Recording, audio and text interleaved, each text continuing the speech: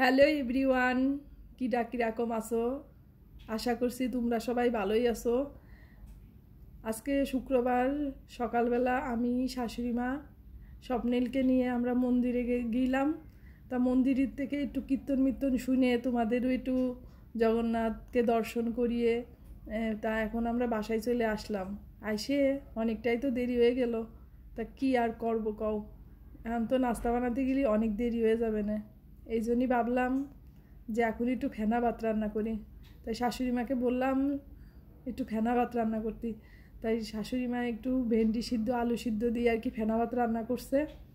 তা আমরা এখন সকালে আর কি ফেনা ভাতটা খাইয়ে নিছি। আর নাস্তা বানাতে গেলে অনেক দেরি হয়ে যেত, তো রুটি করতে হতো, তরকারি করতে হতো, তার জন্যই আর কি আমরা ফেনা ভাত রান্না করলাম।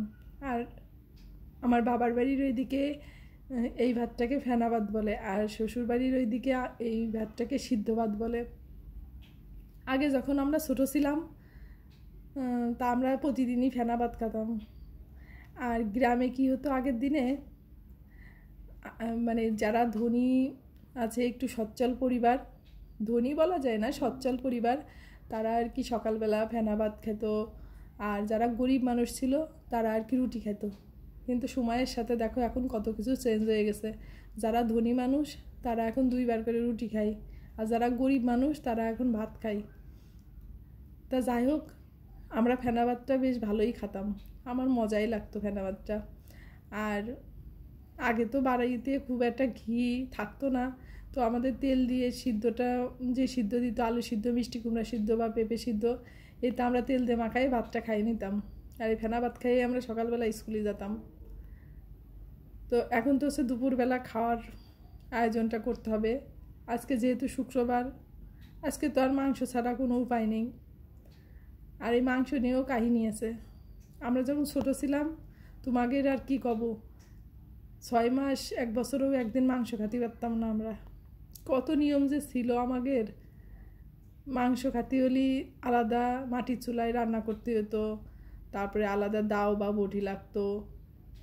তারপর হচ্ছে মাংস রান্না করে থালে খাতে পারতাম না, কলার পাতায় খাতে হতো।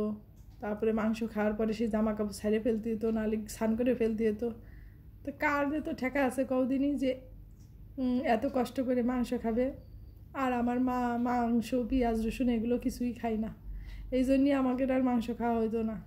আর এখন আমার ছেলের কাছে মাংস মাছ ভাতের মতোই।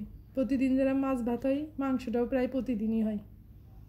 সপ্তাহে তো 1-2 দিন হয়ই মাংস। আমাদের আর কোনো নিয়মের বালাই নেই, বুঝেছো? তো আমার তো রান্নাবাড়া হয়ে গেছে, রান্নাবাড়া করে আমি স্নান করে চলে আইছি। আইসে এখন মাংসটারে আর কি ঢালে নিচ্ছি, সবাই এখন খাওয়া দাওয়া করবো। তো